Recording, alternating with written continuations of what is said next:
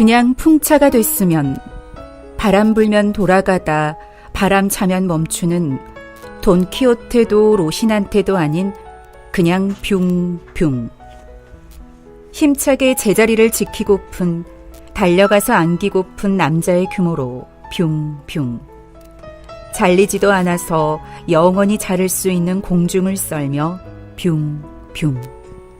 팽이가 돈다. 어린 아이이고 어른이고 살아가는 것이 신기루어. 물끄러미 보고 있기를 좋아하는 나의 너무 큰 눈 앞에서 아해가 팽이를 돌린다. 살림을 사는 아이들도 아름다웁듯이 노는 아해도 아름다워 보인다고 생각하면서 손님으로 온 나는 이 집 주인과의 이야기도 잊어버리고 또 한 번 팽이를 돌려주었으면 하고 원하는 것이다. 호프나 한잔하고 부리는 호기로 종호 조금 지난 시간에 벌써 뒤풀이를 계획하는 아저씨 아줌마들이 일단 목부터 축이고 볼 때 그 목구멍들을 통해 넘어가는 힘으로 뿅뿅. 내가 런던에서 파리로 넘어가는 버스에서 보고 반한 육체미 뿅뿅. 내가 암스테르담에서 보고 매달려 돌아가고 싶던 힘찬 팔. 난 지금 혼자 콩나물 해장국 한 그릇을 비운 후 장충단 공원에 앉아 문자나 주고받으며 당신들의 잡담을 엿듣고 있을 뿐인데, 여긴 풍차가 하나도 없는데 난 갑자기 풍차가 되고 싶고 뿅뿅. 뭐라도 잡고 돌리고 싶고 뭐라도 뿅뿅 돌아갔으면 좋겠는데, 여름 바람에 감사하며 담배 피는 영감탱이들을 피해 부채를 붙이고 있는 할머니의 고약한 표정도 예쁘게 봐줄 수 있는 풍차가 됐으면. 도회 안에서 쫓겨다니는 듯이 사는 나의 일이며 어느 소설보다도 신기로운 나의 생활이며 모두 다 내던지고 점잖이 앉은 나의 나이와 나이가 준 나의 무게를 생각하면서 정말 속임없는 눈으로 지금 팽이가 도는 것을 본다. 그러면 팽이가 까맣게 변하여 서서 있는 것이다. 누구 집을 가보아도 나 사는 곳보다는 여유가 있고 바쁘지도 않으니 마치 별세계 같이 보인다. 팽이가 돈다. 팽이가 돈다. 팽이 밑바닥에 끈을 돌려 매이니 이상하고 손가락 사이에 끈을 한 끝 잡고 방바닥에 내어 던지니 소리 없이 회색빛으로 도는 것이 오래 보지 못한 달나라의 장난 같다. 뿅뿅. 꽃밭 오가는 꿀벌들의 날갯소리를 딱 100배만 확대한 음량으로 뿅뿅. 위풍당당 힘차게. 난 버스도 안 타고 있는데 갑자기 내려서 좀 걷고 싶은 기분이고, 식당에서 보던 야구 경기를 여기저기 계단에 앉아 손에 스마트폰을 든 사람들이 이어서 봐주고 있는 듯한 기분이고, 계속되는 경기 뿅 뿅뿅. 계속되는 안타 붕 붕 붕. 계속되는 향기 붕 부응 부응. 소리를 녹음해 줄 순 있지만, 모양을 녹화해 줄 순 있지만 지금 이 향기를 첨부해 줄 순 없네. 내가 풍차가 아니라서, 힘찬 팔이 아니라서. 마음에 드는 사실 몇 가지. 붕 뿅뿅 뿅뿅. 풍차는 없어도 딱 몇 초만 풍차가 됐으면. 팽이가 돈다. 팽이가 돌면서 나를 울린다. 제트기 벽화 밑에 나보다 더 뚱뚱한 주인 앞에서 나는 결코 울어야 할 사람은 아니며 영원히 나 자신을 고쳐가야 할 운명과 사명에 놓여있는 이 밤에 나는 한사코 방심조차 하여서는 아니 될 터인데 팽이는 나를 비웃는 듯이 돌고 있다. 비행기 프로펠러보다는 팽이가 기억이 멀고 강한 것보다는 약한 것이 더 많은 나의 착한 마음이기에 팽이는 지금 수천 년 전의 성인과 같이 내 앞에서 돈다. 생각하면 서러운 것인데 너도 나도 스스로 도는 힘을 위하여, 공통된 그 무엇을 위하여 울어서는 아니 된다는 듯이 서서 돌고 있는 것인가. 팽이가 돈다. 팽이가 돈다.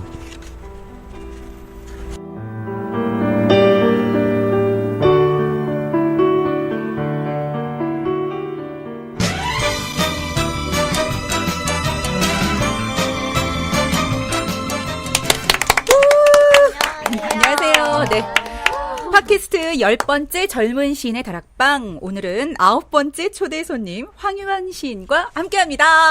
반갑습니다. 안녕하세요. 아직 오프닝을 읽었는데 네. 제가 준비가 부족했나 너무 긴장돼서 긴장을 많이 한 것 같아요. 지금 이거 오프닝이 황유한 시인의 풍차의 육체미란 시와 어떤 시가 결합된 건가요? 김수영 시인의 달나라의 장난이라는 시를 좀 이렇게 껴 맞춰듯이 한번 해봤습니다. 지금 오늘 초대한 황유원 시인이 이제 김수영 문학상을 수상한 시인이기도 하셔서 아무래도 김수영 시인에 대한 얘기도 오늘 많이 나눌 수 있을 것 같다는 생각이 들거든요. 네. 황유원 시인은 1982년 울산에서 태어나셨습니다. 2013년 문학동네 신인상으로 등단했고 서강대학교 종교학과와 철학과를 졸업했으며 현재 동국대학교 대학원 인도철학과 박사과정에 재학 중입니다. 시집 세상의 모든 최대화로 제34회 김수영 문학상을 수상했습니다. 여기까지가 시인 황유원에 대한 소개였고요. 모든 논란을 지금 계속 근데 논란을 우리끼리만 만드는 것 논란 같아요. 안 해도 될것 같아요, 이제 논란 안 해도 될 것 같아요. 네. 크게 마음속에 남으셨나봐. 그 화제의 코너죠. 예. 인간 황유원에 대해서는 시인님께 직접 한번 질문해 볼게요.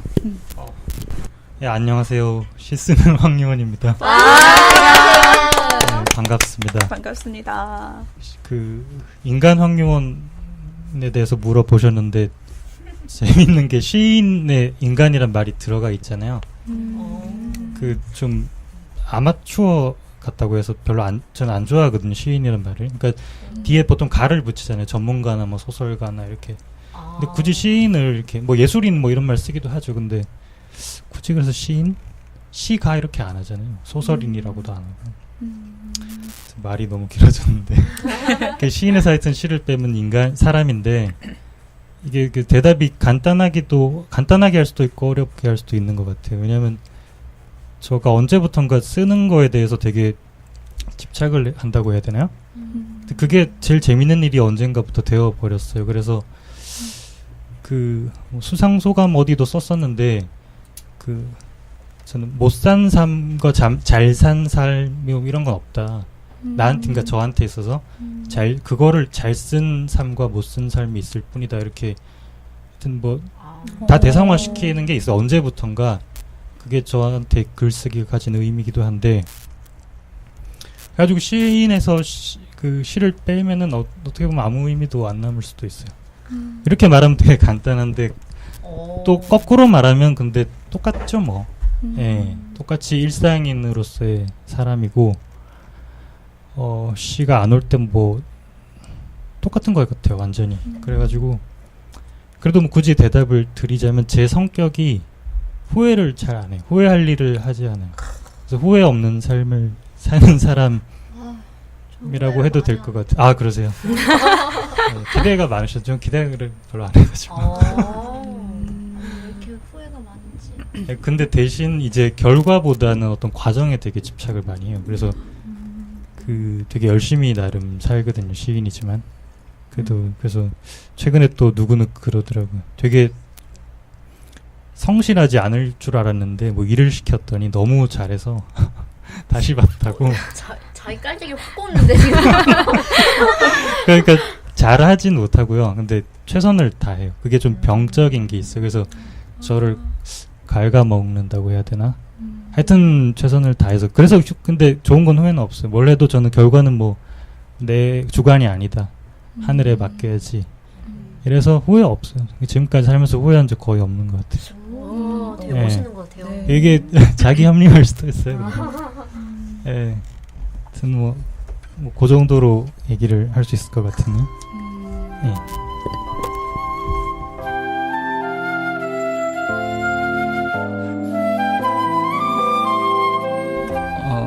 황유원 시인이 세상의 모든 최대화라는 이제 시집을 민음사에서 작년 12 작년 12월에 펴내셨는데요. 이게 제 34회 김수영 문학상 수상 시집입니다. 네. 근데 이걸로 이제 김수영 문학상 수상을 하셨고, 또 이게 첫 시집인데, 저희가 지금까지 초대하는 시인들 중에서 아마 가장 좀 가장 등단한 지 얼마 안 된 가장 젊은 시인일 것 같아요. 네. 시집 나오시니까 기분이 어떠신지도 궁금하고, 그런 김소영 시인에 대한 뭐 그런 이야기도 좀 이렇게 하실 수 있으면 듣고 싶습니다. 예, 일단 제일 젊다고 하셨는데 글쎄 제가 제일 나이가 많을 텐데 아마 아닌가? 하여튼 등단하시고 이제 얼마 안 되셔서. 예, 그렇죠. 연차로 보면 제가 제일 후배일 거예요. 제일 예. 따끈따끈한 따끈하네요. 제일 최근에 나온. 네, 제일 최근. 그러네.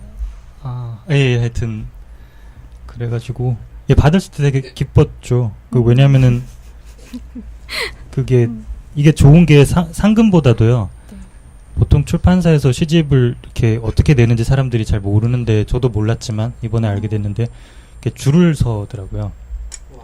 왜냐면 시인들이 많잖아요. 한국에 되게 많잖아요. 원로 시인, 젊은 시인들까지 합치면 또 매해 등단하죠. 계속 불어나죠.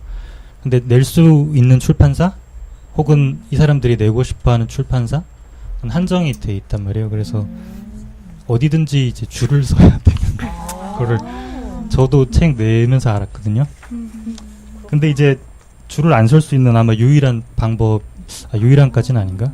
되게 선생님이거나 좀 힘이 있으시거나 아니면 이게 김수영 문학상을 받으면 바로, 물론 민음사에서지만 바로 나와요.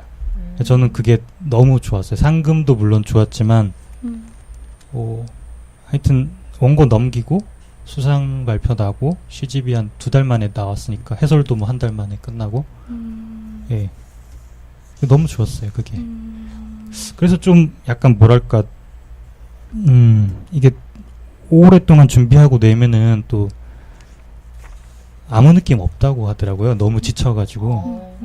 예, 또 그런 게 있는데 저는 또 너무 빨리 나와서 별 느낌이 없는 게 있어. 너무 속성으로 뭐가 만들어져 버린 느낌? 그렇다고 뭐 저 원고를 속성으로 쓴 건 아니지만 예, 책 자체는 그렇게 됐어요. 이를테면 목차 같은 것들도 그러니까 되게 보통 당연하잖아요. 시도 문장들의 배치고 문장들은 또 단어들의 배치라서 순서가 되게 중요한 것이고 어떻게 보면 시들을 배치함으로써 그러니까 시집 한 권이 이것은 정말 이상적인 건데 시 한 편이 될 수도 있는 거겠죠. 예, 그런 것도 나중에 한번 해보고 싶은 생각하긴 했는데 그러니까 앞 시의 마지막 행이랑 다음 시의 첫 행이랑 뭐 이어진다든가. 하여튼 이건 좀 너무 멀리 간 거긴 한데요. 하여튼 이제 그렇게 열심히 못했죠. 그래서 거의 즉흥적으로 부도 나누고 좀 그런 게 있어요. 이번 시집에서 목차를 특별히 이렇게 정한 이유나 순서 그러니까 즉흥적으로 했어요. 그러니까 일단 이 분량이 좀 시가 길어서 한 4부 정도로 해야겠다라고 생각했고 또 날씨에 대한 시들이 되게 많거든요. 맞아요. 제가 날씨를 되게 좋아해요. 날씨 자체. 오늘 날씨 어떠셨어요?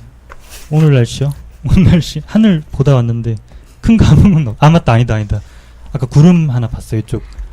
저기 역에서 오면서 뭉게구름 하나 봤거든요. 건물 사이로. 되게 좋아해요. 저 뭉게구름. 저도 구름 되게 좋아합니다. 그러니까 옛날에 저기 인도 여행했을 때 타지말 봤었거든요. 아그라에서.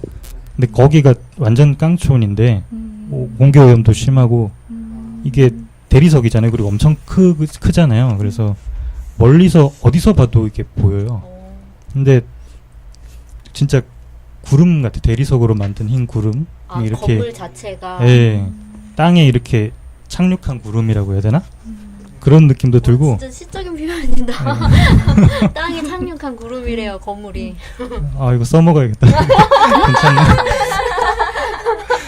예, 그래가지고 거꾸로 이제 근데 뭉게구름을 보면은 그 뒤로 타지마할이 생각나는 거죠. 저는. 우와, 그것도 거꾸로. 되게 재밌는 생각이다. 예, 그래서 오늘 오다가 되게 잘 물어보셨네요. 아무 생각 없었는데 시 하나 그거 나오겠는데 하나 오늘. 봤어요. 이런 식으로 많이 써요, 흔히. 이런 식으로. 이거 네. 시의 제목이 세상의 모든 최대하잖아요. 네. 저희가 그동안 팟캐스트 통해서 이제 많은 시인들을 만나고 왔지만 제목을 뭐 시인이 가장 뭐 애정이 가는 시 제목으로 선택한 경우도 있었고 아니면은 시 그 구절에서 선택한 경우도 있고 아니면 편집자가 다 마음에 안 들고 이걸로 해라. 다시 생각해 보세요. 네, 이런 경우도 있었고 아니면은 직접 그 이제 뭐 선생님 시인 되시는 분이 이제 또 제목을 선물로 또 주는 경우도 있었는데요. 지금 황희연 시인은 세상의 모든 최대야라는 시가 있잖아요. 네네네. 이걸 제목으로 선택한 이유가 있으신가요? 이게 좀 이상한 제목인 것 같아요. 세상의 모든 하고 뒤에 명사 붙는 게 되게 많잖아요. 뭐 세상의 모든 음악, 세상의 모든 뭐 있지? 영화. 예, 되게 많다고 했는데 생각이 안 나. 너무 많아서 생각이 안 날 수도 관용적으로 좀 많이 쓰는 것 같아요. 세상의 모든 과장된 표현이고 그런데 이게 제가 이 제목이 옛날에 저기 대학원 들어가기 전에 아르바이트를 출퇴근하면서 했었거든요. 번역하는 아르바이트였는데 그때 갑자기 생각이 났어요. 그 시를 사실 일하면서 썼거든요. 업무 중에 쓴 시예요. 그게 우와. 제가 업무 중에 그러면 안 되지만 다 그렇잖아요. 창 떼어놓고. 그렇죠. 아니 하여튼, 근데 일하면서도 쉬는 시간이 필요하니까요. 근데 제가 아니, 번역하는 창작은 일상 속에서 나오는 거 아닌가요? 네, 그렇죠. 멋있으시네요. 제가 사장은 아니니까 뭐 상관은 없는데 그래서 번역하는 일이다 보니까 언어 감각이 되게 예민해져요. 번역을 하면은. 그래서 저는 번역을 되게 물론 번역가는 아니지만 좋아하고요. 되게 시인한테 큰 의의가 있는 일이라고 생각을 하거든요. 하여튼 그래서 저도 이게 왜 이렇게 나오는지 모르겠어요. 그 시도 왜 그렇게 썼는지 모르겠고요. 예, 진짜 삘이 그래요. 왔군요. 너무 이상하게 만들어졌어요. 근데 그래서 이 시가 제 등단작 표제작이거든요. 근데 또 등단 쪽이 또 스토리가 있는데 뭐 별건 아닌데요. 뭐 간단하게 말하면 5편을 원래 내는 거였는데 제가 4편밖에 없었어요. 마음에 드는 게. 근데 안 내기는 좀 아깝더라고요. 또 써놓은 게 4개. 아까 서두에 읽어주신 풍차의 육체미 그것도 투고 한 이틀 전에 친구랑 문자 메시지 받다가 그걸 거의 그대로 옮긴 거예요. 그거가 그 뿅뿅도 사실 표절이에요. 제가 쓴 게 아니고 그 친구가 쓴 거예요. 근데 저는 좀 뻔뻔하게 말하면 그 친구는 시인이 아니죠. 이걸 시로 써야겠다는 생각 안 했는데 제가 쓴 거죠. 네. 밥 사셨나요? 아, 술을 샀던 것 같은데. 술을 쏘셨다고. 하여튼, 예, 그래가지고. 하여튼 4편밖에 없어가지고, 이거를 마음에 안 드는 시였는데 편수 채우려고 제일 뒤에 넣었어요. 그러니까 이 말 들으면 다들 의아하실 거예요. 왜냐면 제 시 중에 사람들이 제일 좋아하는 시가 이 시더라고요, 거의. 신기해. 예, 제가 안목이 없는 거죠. 근데 하여튼 그것 때문에 등단을 한 거니까. 근데 하여튼 등단하고 보니까 다들 그게 좋대요. 그래서 그걸 표제작으로 했는데 보니까 시랑 안 맞아요. 이 제목이 또. 현실의 모든 최대화를 말하고 있거든요. 시에서는. 또 세상의 모든 최대화래 제목은. 그때부터 뭔가 이상했어요. 아, 이것은 이 시의 제목이 아닌가 보다. 그리고 제가 여행을 좋아해서 많이 싸돌아다녔었거든요. 20대 때 특히. 그래서 그런 뉘앙스도 좀 풍길 수 있고 하여튼 이 제목이 제 머리 안에서 계속 돌아갔어요. 화자라는 게 뭐 되다라는 거잖아요. 그러니까 동적인 이런 느낌이 있는 것 같아요. 그냥 다른 명사랑 다르게. 그래서 이 제목이 해석이 안 되더라고요. 이건 뭐지? 그래서 그렇다면 이건 좋은 제목이다. 그리고 시집에서 보면 뭐 오만 데 다 돌아다니는 게 나오니까 장소도 그렇고 제 생각도 끝까지 뭐 별 생각은 아니지만 그래도 나름 끝까지 밀어붙이고 하여튼 할 수 있는 걸 다 해보자. 쓸 수 있는 걸 다 받아 써보자 이렇게 한 거기 때문에 이 제목이 맞다고 생각했어요. 그래서 붙였고 편집자 분도 이게 뭐 전혀 이의는 없으셨고 이 민음사 앞에 네모 있잖아요. 네네. 이게 또 창 이렇게 최대화하는 뭐 그런 얘기 이상한 얘기 하시더라고요. 그런 얘기도 하셔가지고 하여튼 뭐 이래저래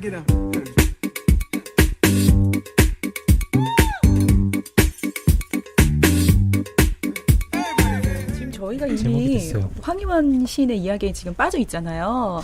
오늘의 테마와 너무 잘 어울리는 것 같아요. 라르고 백장님, 테마가 저희가 오늘의 테마가 있잖아요. 오늘의 테마는 밤새 듣는 이야기. 네. 와. 수줍. 그 1, 2, 3, 4부가 있잖아요. 저는 1, 2, 3, 4부라 그러면 이걸 순서대로 나열했을 거라고 생각을 했는데 보니까 또 순서는 다른데 어떤 흐름에 맡기면서 순서를 뒤바꿔서 1, 2, 3, 4부를 배치하기도 하고 어떻게 황희연 시인은 1, 2, 3, 4부에 대한 배치를 어떻게 하셨는지도 궁금해요. 뭔가 좀 약간 테마별로 나눈 것 같기도 하고요. 그쵸? 아까 즉흥적으로 이렇게 했다고 말씀드리긴 했는데 그래도 이제 어떤 프레임을 갖고 즉흥적으로 했죠. 그래서 제가 시집들을 보면은 일단 제 시들이 너무 길잖아요. 그래서 사람들이 별로 안 읽고 싶어질 것 같다는 생각을 했어요. 처음부터 긴 것들이 나오면. 그래서 제 시 중에 나름 대중적인 것 같아요. 이거 막 제 이름 쳐봐도 이 시들을 많이 좋아하시더라고요. 루마니아 풍습. 그래서 이거를 제일 앞에 넣자 하고 전략적으로 넣었어요. 그러니까 첫 장 읽고 덮지 않게. 근데 그 정도로 좋은 시는 아니지만 그나마 제 시들 중에서는 그래도 짧고 간결하다고 생각했고요. 그 다음부터는 어떤 느낌을 계속 이어나가서 배치를 했어요. 예. 이게 뭐 루마니아에서 또 북유럽으로 넘어간다든지. 그래서 어떤- 그런지 네. 뭔가 세계 여행하는 것 같은 맞아요. 느낌이 여행 맞아. 왔어요. 맞아, 지명 여행 얘기가 또 많이 아, 나오고 예, 예. 해서 그게 이제 국내랑 해외를 왔다 갔다 하다 보니까 좀 두서가 없을 수도 있어요. 그래서 저는 근데, 좀 예. 하나의 여행을 하는 느낌이 들었거든요. 시를 아. 읽으면서. 그렇게 읽어주셨으면 제 의도에 부합하게 읽어주신 겁니다. 오. 예, 감사합니다. 진짜 여행. 실제로 제가 여행한 부대들이 많고요. 대부분이고. 그래서 일단 세계 여행을 한번 한 다음에 이제 국내로 와서 국내 여행을 하면서 약간 조용하게 소박하게 좀 약간 일상 끝내보자. 같은 거. 예. 4부에는 해외가 없는 것 같아요. 통영이 나왔던 것 같아요. 예. 그죠? 살려서도 네, 예, 통영도 나오고 네. 양양도 나오고 서울도 나오고 예. 네, 저희 집 뒷산도 나오고 뭐 뒷산으로 시작해서 뒷산으로 끝나는구나. 근데 그런 느낌으로 가져갔어요. 이렇게 크게 돌아다니다 작은 데로. 여기에 그게- 나오는 지명들은 다 여행을 가보셨던 다는 아닌데 곳들인가요? 거의 다 음. 예. 거의 다 가서 쓴 것들도 많고요. 와서 쓴 것도 있고. 아니다. 낭만이 있다. 아닌 것도 많나. 여기서 겪은 건데 마치 여기서 겪은 것처럼 쓴 것도 있어요. 아. 이를테면 저기 시베리아 주제에 의한 5개의 사운드 트랙 이런 긴 시는 네네. 네네네. 제가 시베리아를 정말 가고 싶어서 아, 이 아. 기차를 타고 저 싶어가지고 되게 여쭤보고 싶었거든요. 시베리아, 저는 아. 히말라야를 되게 가보고 싶었는데 아 진짜요? 진짜 가보셔서 이거 쓰신 건지 꼭 여쭤보고 싶었었는데 가보신 건 아니었군요. 못 갔어요. 가려다가 돈을 열심히 모았는데 네. 아 이게 제가 20대 때 다 후회가 없다고 했는데 후회가 지금 찾아서 밝혀지는 시간입니다. 아 그러네요. 이렇다니까요. 후회가 없이 살려고 하지만 후회는 아니네요. 미련에 가깝겠다. 일단 돈을 못 모았어요 다. 그래서 원래 저기 어디냐 배 타고 이렇게 블라디보스토크까지 가서 와. 쭉 위로 간 다음에 그 오로라를 볼 수 있는 배 타는 데가 있더라고요. 되게 비싸요. 하여튼 그래서 블라디보스토크에서 기차 타고 끝까지 간 다음에 오로라를 보자가 제 목표였어요. 근데 돈을 한 절반밖에 못 모았던 것 같아요 그때. 그래서 미얀마를 갔거든요 그 돈으로. 아 근데 전혀 다른 전혀 다른 또 보다가 그 버강이란 데 있는데 사원군이 있어요. 사원이 굉장히 많거든요. 수백 개.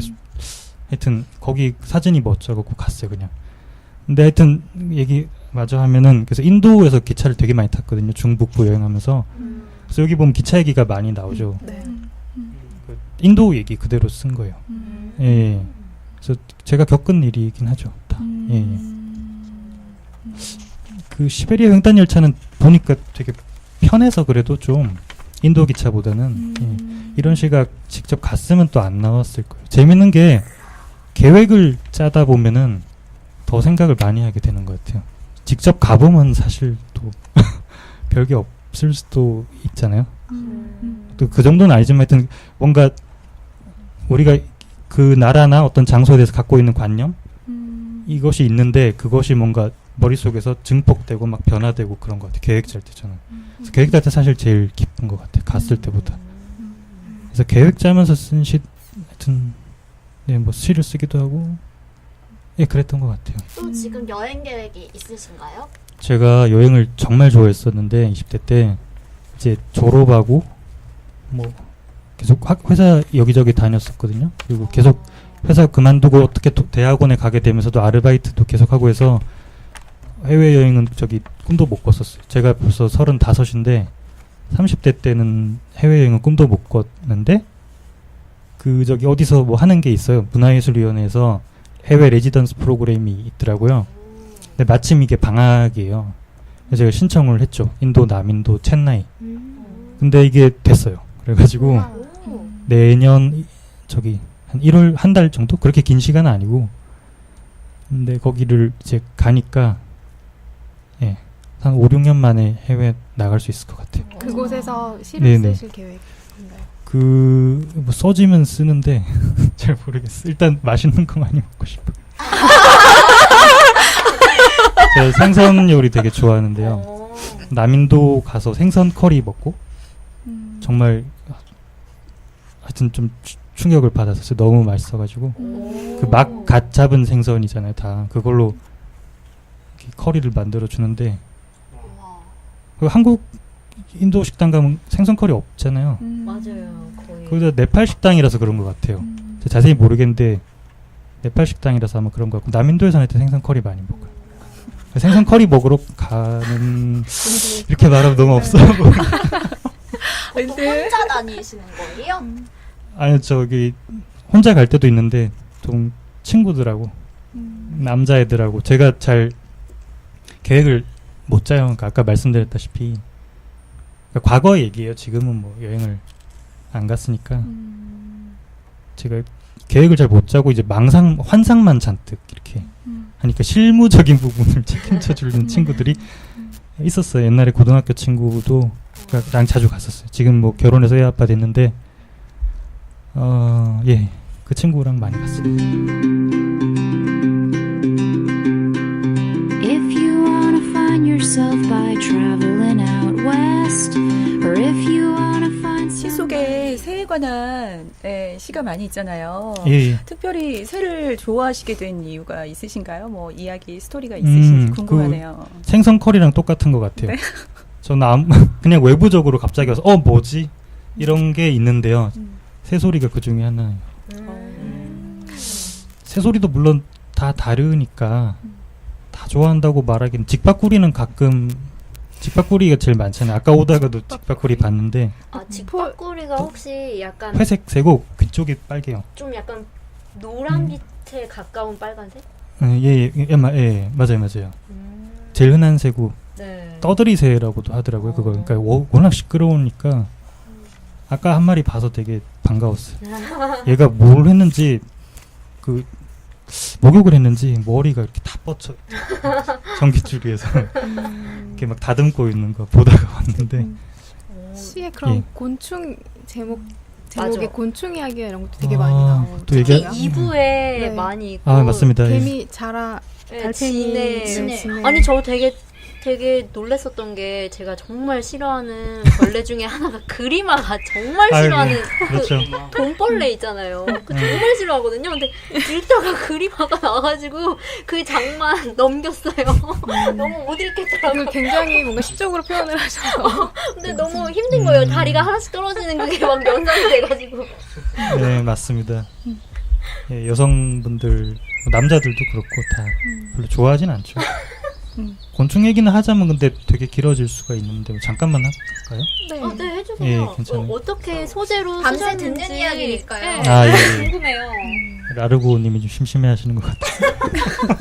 아닌가? 얼굴이 라르고가 아니죠? 알 수 없겠죠? 제가 저기 원래 울산 촌에서 자랐거든요. 촌까지는 아니고 산동네. 그 뒤에 산이 되게 좋았어요. 계곡도 있고 앞에는 저기 막 바다도 보이고. 근데 우리가 생각하는 그런 낭만적인 바다가 아니고 현대중공업 앞에. 하여튼 뒷산에서 맨날 놀았어요 저는. 예, 어릴 때부터 거의 거기서 살았어요. 아직도 있으신 거예요? 거기서 싸돌아 다니는 거죠. 한참 걸어가면 이제 저수지가 나왔거든요. 네. 그 저수지가 제가 지금까지도 갖고 있는 유년 시절의 이미지 중에 제일 큰 것들 중에 하나인데 정말 낮에도 어둑하잖아요. 어둑하고 물이 진짜 무겁게 가득 차 있는데 거기 이제 오만 풀벌레들이 이렇게 주변에 있고 물벌레들도 있고 예, 하여튼 민물새우가 많았죠. 깨져서 막 새어 나와서 계곡으로 막 흘렀는데 하여튼 곤충 뭐 민물새우 얘기했는데 곤충 되게 좋아해가지고 사막이나 이런 거 되게 좋아했고 오만 벌레들 다 죽였어요. 근데 다 잡았어요. 잡아서 어린 마음에 그걸 갖고 싶었던 거죠. 이쁘니까. 제가 채집의 느낌. 예, 그러니까 제가 본 거 중에 제일 이쁜 것들이 벌레들이었어요. 저는 곤충들이었어요. 예. 그 너무나도 정교하고 작고 소리도 이쁘잖아요. 작은 것들이 큰 소리 내는 거 되게 좋아하거든요. 새도 그렇고요. 박새도 작은데 보면은 산란기 때 이렇게 나무에서 우는데 온 산에 다 울려 퍼져요. 그 울음이. 그 조그만한 주먹만한 게 정말 감탄하거든요. 정말 시인 같다는 생각을 해요. 그런 거 좀 좋아해요. 대비가 있잖아요. 작은데 엄청 큰 걸 나타내고 풀벌레 소리들도 그렇고 소리에 되게 이렇게 예민하신 것 같아요. 뭐 엄청 예민하진 않은데 좋아하는 것 같아요. 예민하다고까지는 말 못하겠어요. 제가 시를 읽으면서 되게 리듬감이 너무 크게 다가와가지고 혹시 어떤 악기를 그냥 좋아하는 걸 넘어서 악기를 다루실 줄 아는 부분이 있으실 것 같다 생각이 들었거든요. 클래식 기타를 좀 쳤었어요. 잘 연주가 가능하실 정도로 이렇게. 예, 그렇죠. 그러니까 치는 곡만 치고. 되어 있어요. 전자기타는 잘 못 칩니다. 근데 그래서 굉장히 리드미컬한 표현들이 너무 많아서 그런 것들을 가지고 있으실 거라 생각이 들었어요. 맞아요. 네. 가끔 보사노바. 네네네. 보사노바도 또 의성어 같은 좋아했었고. 것도 되게 다양하게. 어떻게 보면 새나 이런 것도 보면 어떻게 운다고 하는 게 지적이고 노래하는 그런 느낌들이잖아요. 그런 거랑 좀 많이 연관이 되어 있지 않을까. 하여튼 뭐 다 맞는 얘기인 것 같습니다. 예, 저한테 기타는 되게 큰 존재이긴 했죠. 요새는 안 쳤는데 기타는 그 전자기타도 있긴 있어요. 안 쳐서 그런데 보시면 알죠. 굳은 살이 없어요. 근데 기타 잘 치실 것 같은 소리예요. 잘 친다고는 절대 말 못하고요. 좋아했어요. 뭐 계기 같은 것 따로 있으실까요? 그 아람브라 궁전의 추억이라고 흔히 저 유명한 곡 있잖아요. 트레몰로 주법으로 유명한 곡, 타레가 곡. 그거를 되게 쳐보고 싶었어요. 옛날부터. 전 트레몰로 주법이 눈 내리는 것도 제일 좋아하는데 계절을 좋아하다 보니까 트레몰로 소리를 들으면 막 눈보라가 치는 것 같았어요. 그래서 제가 그걸 한번 구현해보자 해서 시작을 했었죠. 그래서 트레몰로까지 하는데 잘 못 치죠. 연습을 해야 되는데 연습을 잘 못해서.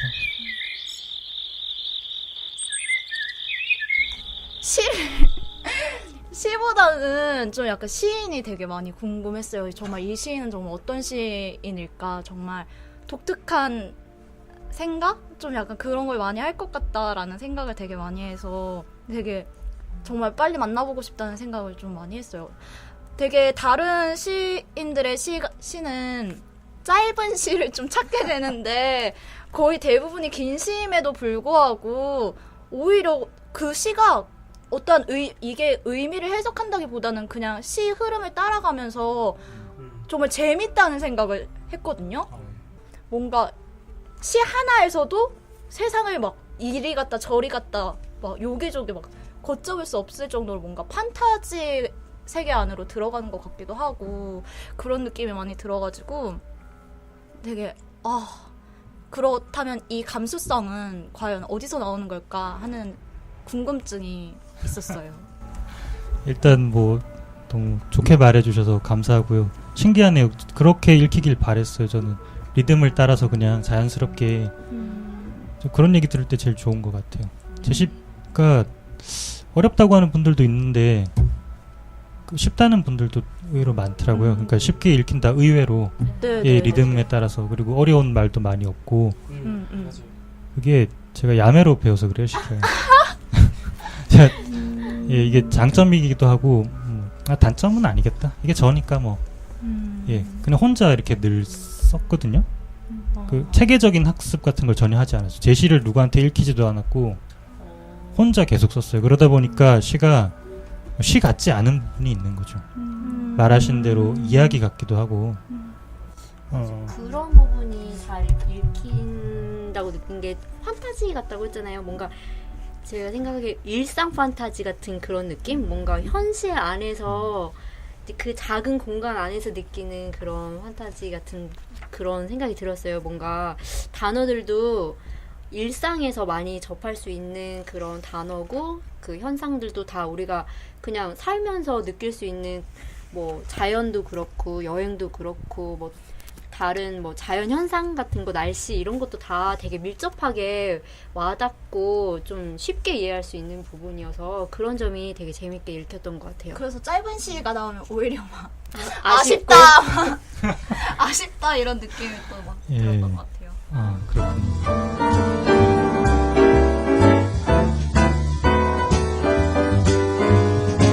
저는 이 시를 이제 읽으면서 좀 자아가 그러니까 네 개의 다른 자아를 만난다는 그런 느낌이 들었어요. 그러니까 네 개나요? 네, 그러니까 1, 2, 3, 너무 4부가 많은데? 저는 다 다르게 느껴졌어요. 그러니까 뭐 사물에서 공간, 계절, 또 뭐 곤충, 동물 이게 모든 것들이 좀 관계 지어지면서 이걸 읽고 있는데 그러니까 사물이 화자가 되는데 사물을 바라보는 또 하나의 나의 시선이 이렇게 느껴지는 거예요. 되게 서정적인 느낌들이 되게 좋았어요. 그러니까 그럴 때는 제가 이렇게 사진기를 들고 이렇게 시를 바라보고 있는 느낌이 들어요. 뭐 바람 부는 날이라든지 아니면은 이런 대목도 있었어요. 총칭하는 종소리에는 굉장히 순수한 동심을 자극하는 꽃밭에는 꽃들이 모여 살고요. 이런 게 있는가 하면 또 간단한 몇 가지 동작들에 보면은 여기는 제가 이걸 제일 좋아하는 구절이에요. 커튼이 없다면 지금 이 방으로 부는 바람은 아무 쓸모도 없을 정도로 아름답게 커튼이 흔들리고 있어. 그러니까 커튼이 흔들리는 이유는 바람이 있기 때문이고 바람이 있게 커튼이 존재한다. 뭔가 이런 관계, 사물과의 자연과의 관계가 이렇게 느껴졌는데 가다 보면은 운동장, 비 이러면서 어렸을 때 추억을 막 자극하게 되잖아요.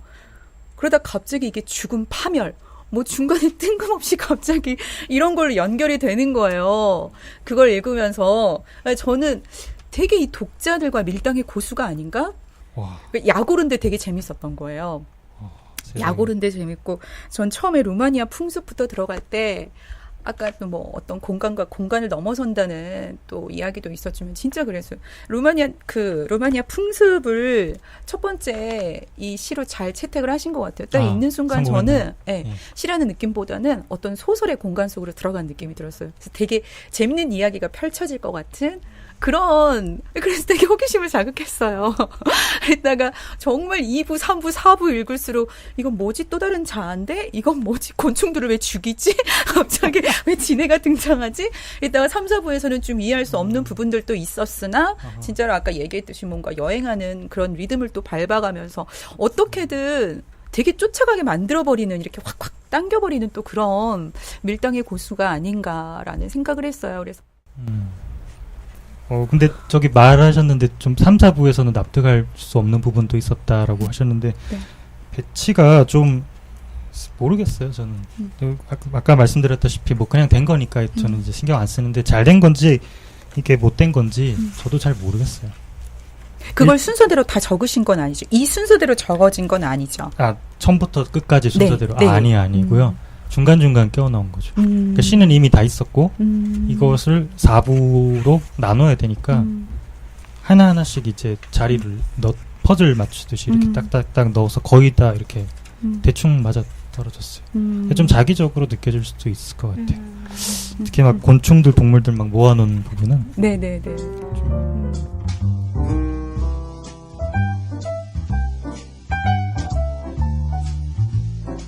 저도 그 개인적인 얘기 먼저 그러면 하면 제가 이거 팟캐스트 준비를 하면서 서점에 가서 시집을 이렇게 많이 좀 샀는데 그 시집들이 잘 모르는 시인 시집이 있더라고요. 그래서 요즘 젊은 시인들 왜 이렇게 모르는 시인들이 많아 하면서 시집 한 권을 사서 제가 사는 시집들이랑 같이 껴서 그 구입을 했거든요. 그래서 이제 집 책상에 그냥 쌓아놓고 있었는데 이제 팟캐스트 초대를 하게 되면서 제가 요즘 누구를 초대할까 제가 생각을 하다가 주변에서 요즘 황희원 시인이 그래도 좀 가장 주목을 받고 있으니까 한번 초대를 해봐라 라고 추천을 해줬거든요. 그래서 초대를 하게 됐는데 제가 가만히 생각해보니까 그때 샀던 시집이 그 황희원 시인 시집이었던 거예요. 또 그런 에피소드가 네. 있네요. 그래서 제가 사놓은 지 한 거의 반년 넘게 책상에 있다가 그 후에 읽게 됐는데 읽어보니까 근데 시가 너무 좋았던 것 같아요. 요즘 젊은 시인들 얘기를 하면은 특히 그런 말놀이를 좀 이렇게 많이 구사를 하는 시인들이 많이 있다라고 얘기를 하는데 그게 저는 약간 좀 테크닉적인 약간 좀 기교적인 거라고 생각을 해서 좀 약간 좀 부정적인 생각도 좀 가지고 있었거든요. 그런데 약간 김소영 시인처럼 이렇게 좀 언어를 절제하면서 쓰는 그런 시랑 그리고 황희원 시인처럼 그렇게 좀 이미지를 잘 구사하는 시들이 정말 그런 요즘 젊은 시인들 중에서 유독 돋보였다라는 생각이 들었고요. 네. 시집 뒤에도 보니까 김혜순 시인이 그 이거 발문이라고 하나요? 추천사라고 하나요? 심사평. 이거 읽어드리면 네. 시집 세상의 모든 최대화를 읽으면 이토록 풍부한 이미지들이 시 한 편 한 편에서 이렇게 다양하게 끌어오를 수가 있단 말인가 하고 놀라게 된다. 라는 이런 얘기까지 적어주셨거든요. 네. 그래서 좋았던 것 같아요. 그리고 세계여행이랑 뭐 새 이미지랑 곤충 이미지, 뭐 음악, 악기 이미지 이렇게 많이 이미지가 등장을 하잖아요. 네. 그런 이미지랑 공간이 시에서 차지하는 게 좀 중요한 것 같다라는 생각이 들었습니다. 맞아요. 제가 맞아요. 좀 이야기를 전환하는 측면에서 네. 차원에서 시인한테 질문 하나 또 해볼게요. 네네. 황희원 시인에게 다락방이란 혹시 어떤 의미가 있는지. 네. 예, 아까 말씀 나눌 때 다락방 같다고 하셨는데 이제 여기 약간 다락방 느낌 나네요, 진짜. 이렇게 어두워서 그런 것 같아요.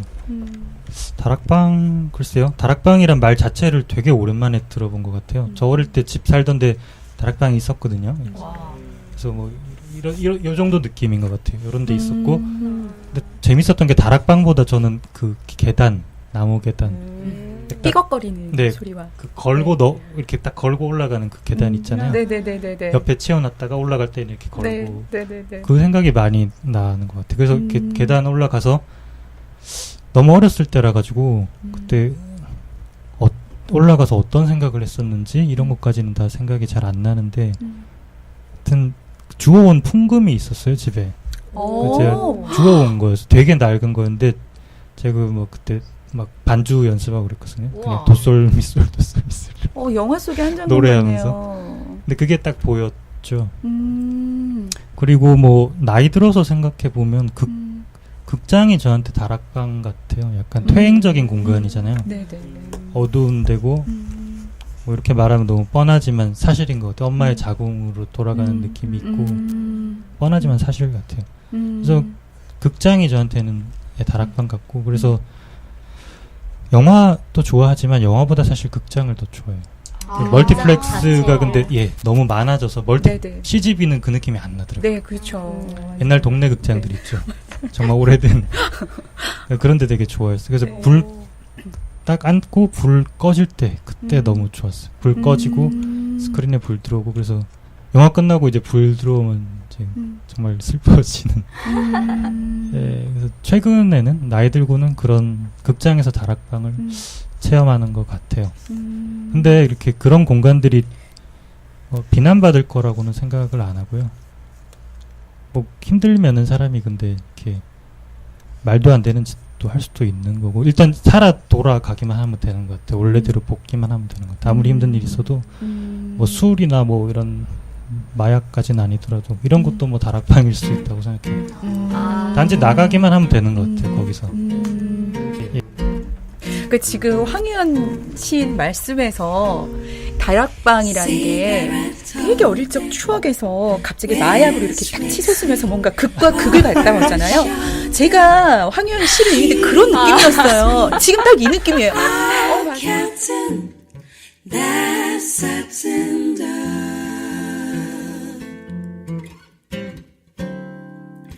Baby, shall we go out skipping? Careful, amigo.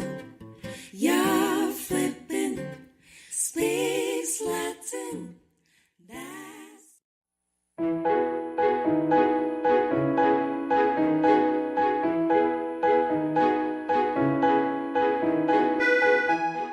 여러분은 지금까지 똑솔라 방송을 들으셨습니다. 이 프로그램은 남녀노소 누구나 참여할 수 있는 문턱 없는 낭독 전문 방송입니다.